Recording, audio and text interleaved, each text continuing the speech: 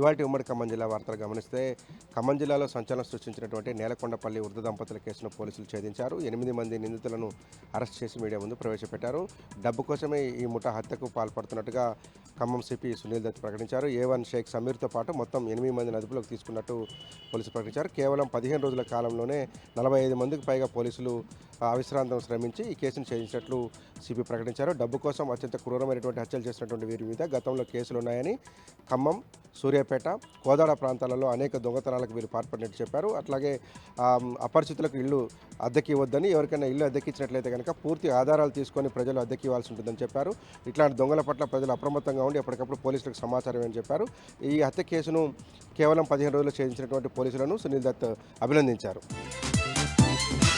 ఇక ఛత్తీస్గఢ్ అబుజ్మడ్లో కొనసాగుతున్నటువంటి encounter ముగిసినట్లుగా Dantewada SP Gaurav Roy ప్రకటించారు. మొత్తం 7 డెడ్ బాడీస్ను స్వాధీనం చేసుకున్నట్లు తెలిపారు. దాంతోపాటు పెద్ద ఎత్తున ఆయుధ సామాగ్రితో పాటు ఆయుధాలను కూడా స్వాధీనం చేసుకున్నట్టు చెప్పారు. 3 రోజులుగా అబుజ్మడ్ అటవీ ప్రాంతాన్ని చుట్టుముట్టి 4 జిల్లాలకు సంబంధించినటువంటి భద్రతా బలగాలు పోలీసులు చేసినటువంటి కొమ్మింగ్ ఆపరేషన్లో జరిగినటువంటి ఎన్కౌంటర్లో 7 మరణించినట్లుగా ఛత్తీస్గఢ్ భద్రతా బలగాలు ప్రకటించాయి. గాయపడినటువంటి కొంతమంది మావోయిస్టులు అట్లాగే చనిపోయినటువంటి మావోయిస్టు మృతదేహాలను సహచర మావోయిస్టులు తీసుకొని వెళ్ళి ఉంటారని కూడా పోలీసు వర్గాలు చెప్తున్నాయి. మొత్తంగా 7 చనిపోయినట్లుగా దంతెవాడ ఎస్పీ ప్రకటించి ఈ ఎన్కౌంటర్ ముగిసిందని తెలిపారు. ఇక లగచర్ల ఘటనలో కేసులు పాలై సంగారెడ్డి జైల్లో ఉన్నటువంటి గుండెపోటు వచ్చినటువంటి రైతు హిరియా నాయక్కు సంఖ్యలు వేసి తరలించడం పట్ల తెలంగాణ రైతు సంఘం తీవ్ర ఆగ్రహం వ్యక్తం చేసింది. రేవంత్ రెడ్డి ప్రభుత్వం రైతులకు సంఖ్యలు వేయడాన్ని రైతు సంఘం తప్పుపట్టింది. వైరా నియోజకవర్గ కేంద్రంలో నిరసన ర్యాలీ చేపట్టినటువంటి రైతు సంఘం నాయకులు రేవంత్ రెడ్డి ప్రభుత్వ వ్యవహార శైలిని తీవ్రంగా తప్పుపట్టారు. ఫార్మా కంపెనీకి ఇచ్చినటువంటి నోటిఫికేషన్ రద్దు చేసుకున్నటువంటి రేవంత్ రెడ్డి సర్కార్ రైతుల మీద పెట్టిన కేసులను కూడా ఉపసంహరించుకోవాలని తెలంగాణ రైతు సంఘం నాయకులు డిమాండ్ చేశారు. ఒక రైతు అని చూడకుండా గుండెపోటు వచ్చినట్టు సందర్భంలో సంఖ్యలు వేసి తరలించడాన్ని, జైలు నుంచి ఆసుపత్రికి తరలించడాన్ని తెలంగాణ రైతు సంఘం తీవ్రంగా తప్పుపట్టింది. రేవంత్ రెడ్డి ప్రభుత్వం ఇట్లాంటి చర్యలు మానుకోవాలని కూడా తెలంగాణ రైతు సంఘం డిమాండ్ చేసింది.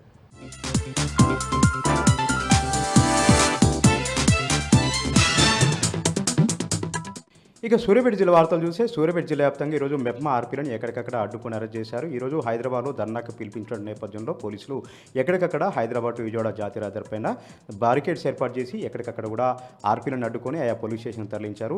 సమాన పనికి సమాన వేతనం అందించడంతో పాటు తమకు పే స్కేల్ అందించాలి, 6 నెలలుగా జీతాలు లేక ఆర్పీలను ఇబ్బంది పడుతూ ఉన్నాం, మా తమతో గొడ్డు కష్టం చేయిస్తూ ఉన్నారు కానీ జీతాలు అందించట్లేదంటూ ఆర్పీలు ఈరోజు నిరసన కార్యక్రమాన్ని పిలిపించి హైదరాబాద్లోని మెప్మా కార్యాలయాన్ని ముట్టడిస్తామని పిలిపించిన నేపథ్యంలో ఎక్కడికక్కడ సూర్యాపేట జిల్లా ముందస్తుగానే ఆర్పీలను అరెస్ట్ చేశారు. హైదరాబాద్ వెళ్తున్నటువంటి కూడా అరెస్ట్ చేయడం జరిగింది. రోజంతా కూడా పోలీస్ స్టేషన్లో ఆర్పీలని బంధించడంతో వారు చిన్నపిల్లలతో ఉన్న వాళ్ళు తీవ్ర ఇబ్బందులు పడ్డారు. రేవంత్ రెడ్డి సర్కార్కి వారు శాపనార్థాలు కూడా పెట్టడం జరిగింది. 7 నెలలుగా జీతాలు లేక తామంతా కూడా కుటుంబ పోషణ భారంగా మారింది, ప్రభుత్వం పట్టించుకోవట్లేదు, ఎన్నికల హామీలో చెప్పినట్టుగా తమకు సమాన వేతనం అందించాలి, పే స్కేల్ అందించాలి, పెండింగ్ ఉన్నటువంటి జీతాలన్నింటినీ కూడా చెల్లించాలని కూడా వారు డిమాండ్ చేశారు.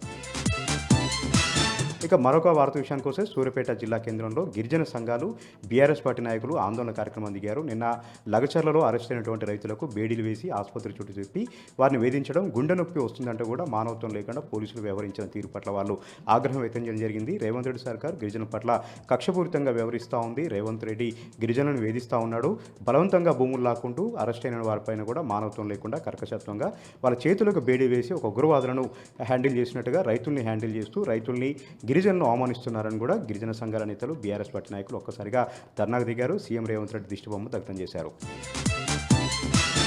ఇక నల్గొండ జిల్లా వార్తలు చూస్తే 3 రోజులుగా సమర శిక్ష సంబంధించినటువంటి ఉద్యోగులు నిరసన కార్యక్రమాలు చేస్తూ కలెక్టరేట్ ముందు ధర్నా నిర్వహిస్తూ ఉన్నారు. విధులను బహిష్కరించి వారు ఆందోళన కార్యక్రమాలు చేస్తూ ఉన్నారు. 3 రోజులుగా ధర్నా చేస్తున్నా కూడా ఎవరు కూడా పట్టించుకోవట్లేదు. ఎన్నికల హామీలు తమకు మాటిచ్చారు, తమను రెగ్యులరైజ్ చేస్తాం, పే స్కేల్ అందజేస్తాం, సమాన పనికి సమాన వేతనం అందజేస్తామని రేవంత్ రెడ్డి మాటిచ్చారు. ఇచ్చిన మాటని నిలుపుకోవాలని వాళ్ళు 3 రోజులుగా ధర్నా కార్యక్రమాలు చేస్తూ ఉన్నారు. ఒకవైపు విధులు బహిష్కరించి ధర్నా చేస్తూ ఉంటే కస్తూర్బా గాంధీ పాఠశాలల్లో విధులు చెప్పేవాళ్ళు లేక, విద్యాబుద్ధులు చెప్పేవాళ్ళు లేక అక్కడ సిలబస్ అంతా కూడా ఆగిపోయి విద్యార్థులు ఆందోళన చెందుతూ ఉన్నారు. మరికొద్ది రోజుల్లో ఈ పరీక్షలు కూడా ఉన్నటువంటి నేపథ్యంలో కస్తూర్బా గాంధీ ఉద్యోగులందరూ కూడా సమ్మె బాట పట్టడంతో, ఆందోళన బాట పట్టడంతో ఒకవైపు విద్యార్థుల తల్లిదండ్రులు కూడా ఆందోళన వ్యక్తం చేస్తూ ఉన్నారు. ఇక యాదాద్రి భువనగిరి జిల్లా వార్తలు చూస్తే యాదాద్రి లక్ష్మీ నరసింహస్వామివారి క్షేత్రాన్ని హర్యానా గవర్నర్ దత్తాత్రేయ దర్శించుకున్నారు. ఈ ఉదయాన్నే కుటుంబ సమేతంగా అక్కడికి రావడంతో ఆలయ అధికారులు సాంప్రదాయబద్ధంగా పూర్ణకుంభంతో స్వాగతం పలికి ఆలయ స్వయంభూల దర్శనం చేయించడం జరిగింది. అనంతరం వేద ఆశీర్వచనాలు అందించారు. ఆ తర్వాత ఆలయం మొత్తం కూడా తిరిగి ఆయన అక్కడ ఉన్నటువంటి శిల్ప సంపదను ఎంతగానో ఆస్వాదించడం జరిగింది. ఆ తర్వాత కొండ కింద ఉన్నటువంటి పలు ప్రభుత్వ స్కూళ్లను ఆయన పరిశీలించారు. అక్కడ ఉన్నటువంటి విద్యార్థులకు నోట్ పుస్తకాలను, పెన్నులను, అదేవిధంగా ఇతర బ్యాగులను కూడా వాళ్ళు అందించడం జరిగింది.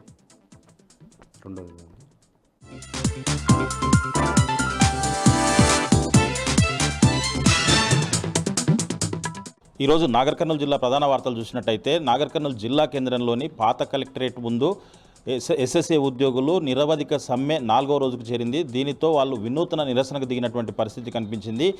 సీఎం రేవంత్ రెడ్డి మీ సమస్యలు పరిష్కరించవచ్చు అని చెప్పేసి ఏదైతే చెప్పాడో, ఇప్పటి వరకు ప్రభుత్వం వచ్చి కూడా సంవత్సరం అయినప్పటికీ, ఆయన చెప్పినప్పటికీ 15 నెలలు అయినప్పటికీ కూడా ఒక్క సమస్య కూడా పరిష్కరించకపోగా చర్చలు కూడా సఫలం కాలేదని చెప్పేసి దీంతో వాళ్ళు వినూత్న నిరసనకు దిగినట్టు పరిస్థితి కనిపిస్తూ ఉంది. అయితే పట్టణంలో టీ కప్పులు తీసుకొని టీ కప్పులు చూయిస్తూ వాళ్ళు నిరసన వ్యక్తం చేయడమే కాకుండా అక్కడ ఎక్కడైతే నిరవధిక సమ్మె చేస్తున్నారో అక్కడ కూడా టీ కప్పులతో ప్రదర్శనతో నిరవధిక సమ్మె చేసి నిరసన తెలియజేసినటువంటి పరిస్థితి కనిపించింది. ఏదేమైనప్పటికీ ఏవైతే మా డిమాండ్లు ఉన్నాయో, మీరు ఇచ్చిన హామీలు ఉన్నాయో అవి నెరవేర్చే వరకు కూడా ఎట్టి పరిస్థితుల్లో కూడా మేము సమ్మెను విరమించమని చెప్పేసి కూడా ఎస్ఎస్ఏ ఉద్యోగులు నిరసనకు దిగినటువంటి పరిస్థితి నాగర్ కర్నూలు జిల్లా కేంద్రంలో కనిపించింది. మరొక వార్త చూసినట్టయితే తన కన్న కొడుకులు ఉన్న ఆస్తినంతా కూడా వాళ్ళ పేర చేయించుకొని తండ్రిని కూడా చిత్రహింసలకు గురి చేయడమే కాకుండా తండ్రిని అనేక ఇబ్బందులు పెడుతున్నారని చెప్పేసి ఒక తండ్రి అధికారులను ఆశ్రయించినటువంటి పరిస్థితి నెలకొంది.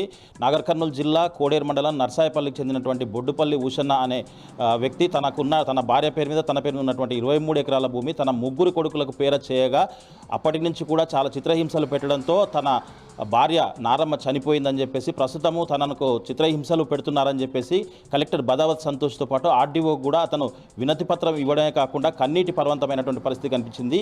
వృద్ధుడు ఉషన్న ఫిర్యాదు మేరకు కలెక్టర్ బదావత్ సంతోష్ తన 3 కొడుకులను కూడా విచారణకు పిలవాలని చెప్పేసి కూడా సంబంధిత అధికారులను కలెక్టర్ బదావత్ సంతోష్ ఆదేశించినటువంటి పరిస్థితి నెలకొంది. నాగర్ కర్నూలు జిల్లా కేంద్రంలో ఎల్లుండి జరిగేటువంటి మహాపడి పూజ కోసం ముందస్తుగా ఈరోజు పంబారట్ నిర్వహించారు. జిల్లా కేంద్రంలో ఉండేటువంటి ట్యాంక్ బండ్ దగ్గర కేసరి సముద్రంలో ముందుగా విగ్రహాలకు అభిషేకాలు చేశారు. అనంతరం పంచామృత అభిషేకాలు చేసి ప్రత్యేక పూజలు నిర్వహించినటువంటి పరిస్థితి అక్కడ కనిపించింది. మొత్తంగా చూసినట్టయితే ఎల్లుండి జరిగేటువంటి మహాపడి పూజకు అయ్యప్ప భక్తులు ముందస్తుగా ఈరోజు పంబారట్టుతో పాటు రేపు ఆభరణాల ఊరేగింపు కూడా ఉంటుందని చెప్పేసి కూడా అయ్యప్ప భక్తులు చెప్తున్న పరిస్థితి కనిపిస్తూ ఉంది. ఏదేమైనప్పటికీ కూడా ఈ కార్యక్రమాలన్నిటితో నాగర్ కర్నూలు జిల్లా కేంద్రంలో ఆధ్యాత్మిక శోభ సంతరించుకుందని చెప్పవచ్చు.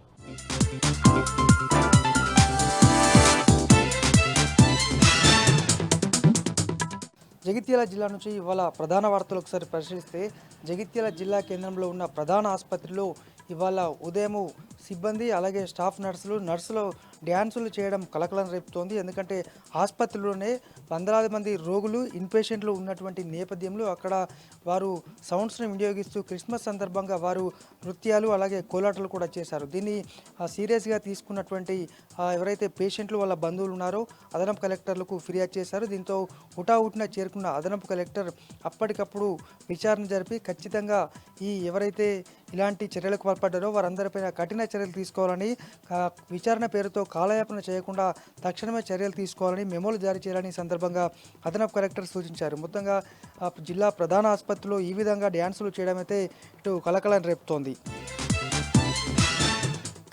రాష్ట్ర వ్యాప్తంగా మెప్మాలు ఇవాళ ఆందోళనకు పిలిపించిన విషయం తెలిసిందే. ఈ క్రమంలో జగిత్యాల జిల్లా నుంచి కూడా అనేక మంది మెప్మా వాళ్ళకు సంబంధించిన వాళ్ళు ఇవాళ హైదరాబాద్ బయలుదేరేందుకు సిద్ధపడగా తెల్లవారుజామునే వారిని జగిత్యాల కోరుట్ల ప్రాంతాల్లో అరెస్టు చేసి మెట్పల్లి పోలీస్ స్టేషన్కు తరలించారు. వారంతా కూడా 7 నెలలుగా జీతాలు పెండింగ్లో ఉన్నాయి. అలాగే రేవంత్ రెడ్డి చెప్పిన విధంగా తమకు జీతాలు పెంచుతానని హామీ ఇచ్చి ఇప్పుడు మోసం చేశారంటూ వారంతా కూడా రోడ్డెక్కేందుకు సిద్ధమైన నేపథ్యంలో ఇక్కడికిక్కడే అరెస్టు చేశారు. మొత్తంగా హైదరాబాద్లో మాత్రము వారి నిరసన కొనసాగింది.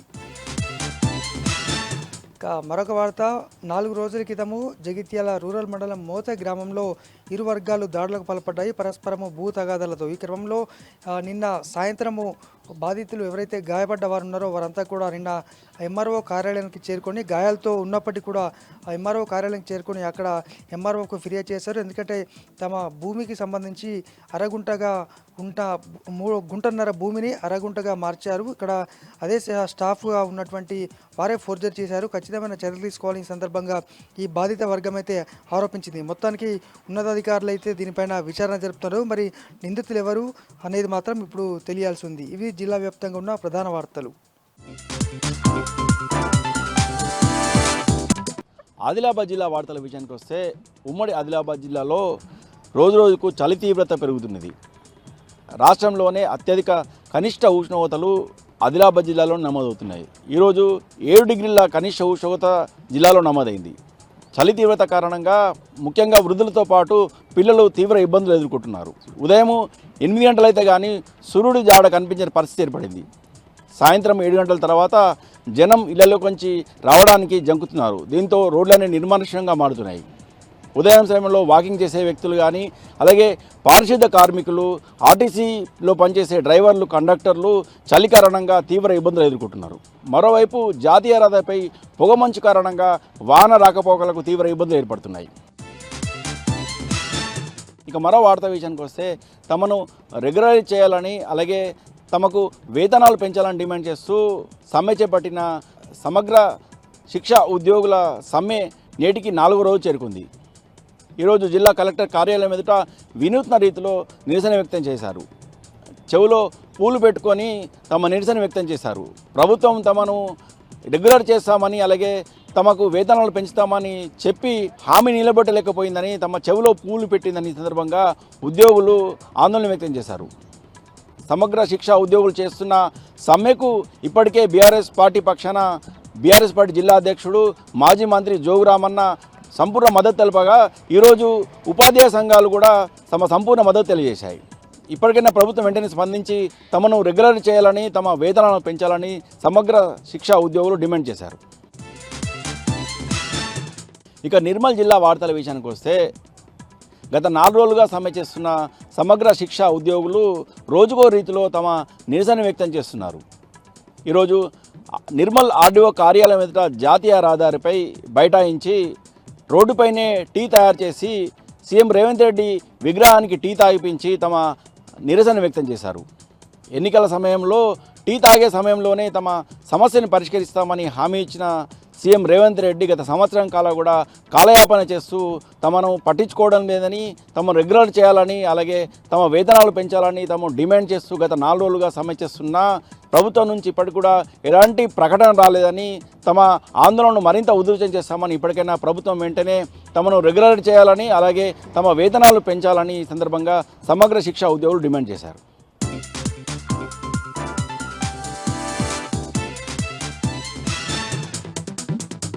పెద్దపల్లి జిల్లాకు సంబంధించి ఈరోజు ప్రధాన వార్తలు చూసుకున్నట్లయితే మంతెని బీఆర్ఎస్ పార్టీ కార్యాలయంలో మాజీ ఎమ్మెల్యే పుట్ట మధుకర్ మీడియా సమావేశం నిర్వహించారు. ఈ సందర్భంగా ఆయన మాట్లాడుతూ కాంగ్రెస్ ప్రభుత్వం 6 గ్యారంటీలు 420 హామీలు అని చెప్పి అధికారం చేపట్టి ఏడాది పూర్తి అయినా కూడా ఇప్పటికి ఏ ఒక్క హామీ పూర్తి స్థాయిలో అమలు చేయలేదంటూ కూడా ఆయన ఆరోపించారు. అంతేకాకుండా కాంగ్రెస్ పార్టీ మేనిఫెస్టో కమిటీ చైర్మన్గా ఉన్నటువంటి ప్రస్తుత మంత్రి దుద్దిల శ్రీధర్ బాబు మేనిఫెస్టో కమిటీ చైర్మన్గా ఉన్నప్పటికీ 6 గ్యారంటీల అమలు చేయకపోవడం పట్ల కూడా సమాధానం చెప్పాలి. మంత్రి శ్రీధర్ బాబు పైన 420 చీటింగ్ కేసు నమోదు చేస్తున్నాం. ఇక్కడ ఉన్నటువంటి స్థానిక పోలీస్ స్టేషన్లో, అలాగే రామగుండం సిపి కార్యాలయానికి, అలాగే డీజీపీకి కూడా మంత్రి శ్రీధర్ బాబు పైన చీటింగ్ కేసు నమోదు చేస్తున్నామంటూ కూడా ఆయన వెల్లడించారు. అంతేకాకుండా కాంగ్రెస్ పార్టీ ఎన్నికల సమయంలో ప్రజలకు 6 గ్యారంటీలను సంతకాలు చేసినటువంటి కూడినటువంటి బాండ్ పేపర్ను చూపించి అధికారం చేపట్టింది కాబట్టి కాంగ్రెస్ ప్రభుత్వం యొక్క పెద్దలందరిపైన కూడా చీటింగ్ కేసు నమోదు చేస్తున్నట్లు ఆయన వెల్లడించారు.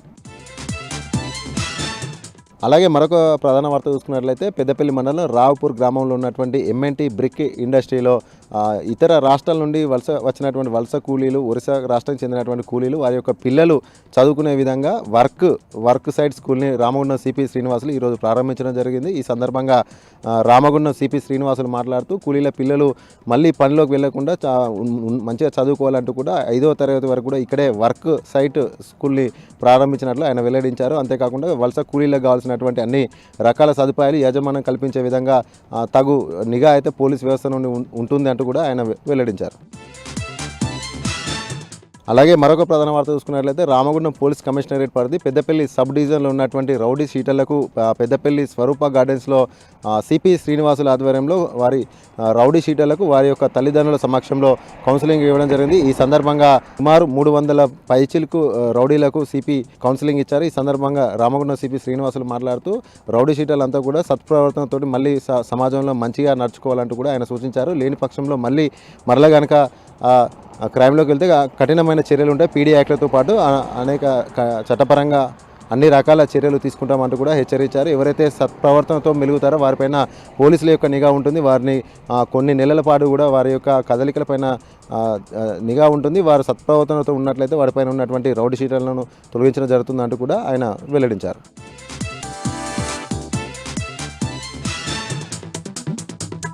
మంచిర్యాల జిల్లాలోని ప్రధాన వార్తలను చూస్తే జిల్లాలో సమగ్ర శిక్ష కాంట్రాక్టు ఉద్యోగుల సమ్మె 4వ రోజుకు చేరుకుంది. జిల్లా కేంద్రంలోని కలెక్టరేట్ కార్యాలయం ముందు సోనియా గాంధీ, సీఎం రేవంత్ రెడ్డి ప్లకార్డులతో ఎస్ఎస్ఏ ఉద్యోగులు నిరసన తెలిపారు. కాంగ్రెస్ ప్రభుత్వం ఎన్నికల్లో హామీ ఇచ్చిన విధంగా ఎస్ఎస్ఏ ఉద్యోగులను క్రమబద్ధీకరించాలని, పే స్కేల్ అమలు చేయాలని, విద్యాశాఖలో ఎస్ఎస్ఏలను విలీనం చేయాలంటూ డిమాండ్ చేశారు. మంచిర్యాల జిల్లాలోని మిగతా వార్తలను చూస్తే చలో హైదరాబాద్ కార్యక్రమంలో భాగంగా హైదరాబాద్కు వెళ్తున్న పలువురు మెప్మా ఉద్యోగులను జిల్లాలో పోలీసులు అదుపులోకి తీసుకున్నారు. చెన్నూరులో చలో హైదరాబాద్ కార్యక్రమంలో భాగంగా వెళ్తున్న మెప్మా ఉద్యోగులను అదుపులోకి తీసుకొని పోలీస్ స్టేషన్కు తరలించారు పోలీసులు. తమ సమస్యల సాధన కోసం హైదరాబాద్కు వెళ్తున్న తమను పోలీసులు అక్రమంగా అరెస్ట్ చేయడం పట్ల మెప్మా ఉద్యోగులు మండిపడ్డారు.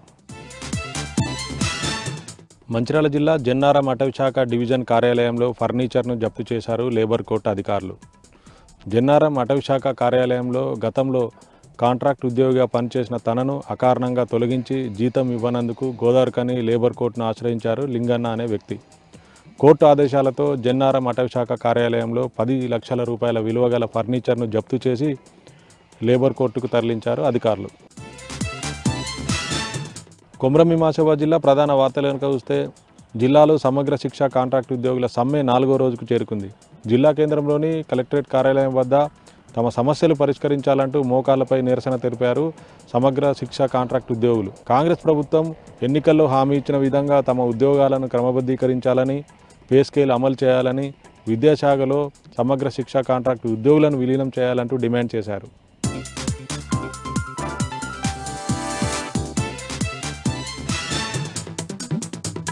నారాయణపేట జిల్లా మక్తల్ పడమటి ఆంజనేయ స్వామి బ్రహ్మోత్సవాలు ఇవాల్టి నుండి ప్రారంభమయ్యాయి.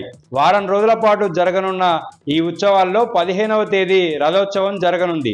మహబూబ్ నగర్ రాయచూర్ ప్రధాన రహదారి పక్కన ఉన్న ఈ ఆలయంలో విగ్రహాన్ని జాంబవంతుడు ప్రతిష్ఠించాడని పురాణాలు చెప్తున్నాయి. ఈ ఉత్సవాలకు కర్ణాటక, ఏపీ, మహారాష్ట్ర నుండి పెద్ద ఎత్తున భక్తులు తరలివస్తారు. నారాయణపేట జిల్లా ఉమ్మడి మహబూబ్ నగర్ జిల్లా వ్యాప్తంగా దాదాపు 3000 మంది సమగ్ర శిక్ష అభియాన్ ఉద్యోగులు సమ్మెకు దిగారు.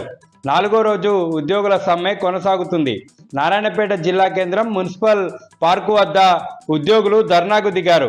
కాంగ్రెస్ ప్రభుత్వం ఎన్నికల్లో ఇచ్చినటువంటి హామీలను నెరవేర్చాలని డిమాండ్ చేశారు. నారాయణపేట జిల్లాలో ఫుడ్ కమిషన్ చైర్మన్ సభ్యుల బృందం పర్యటించింది. మక్తల్ మండలంలోని పాఠశాలలు, గురుకుల పాఠశాలలు, అంగన్వాడీ కేంద్రాలను తనిఖీ చేశారు. విద్యార్థులకు అందిస్తున్న మధ్యాహ్న భోజనం నాణ్యతను పరిశీలించారు. మధ్యాహ్న భోజన నాణ్యతపై కమిషన్ సభ్యుల బృందం అసంతృప్తిని వ్యక్తం చేసింది. నాణ్యమైన ఆహారం విద్యార్థులకు అందించాలని సిబ్బందికి సూచించింది.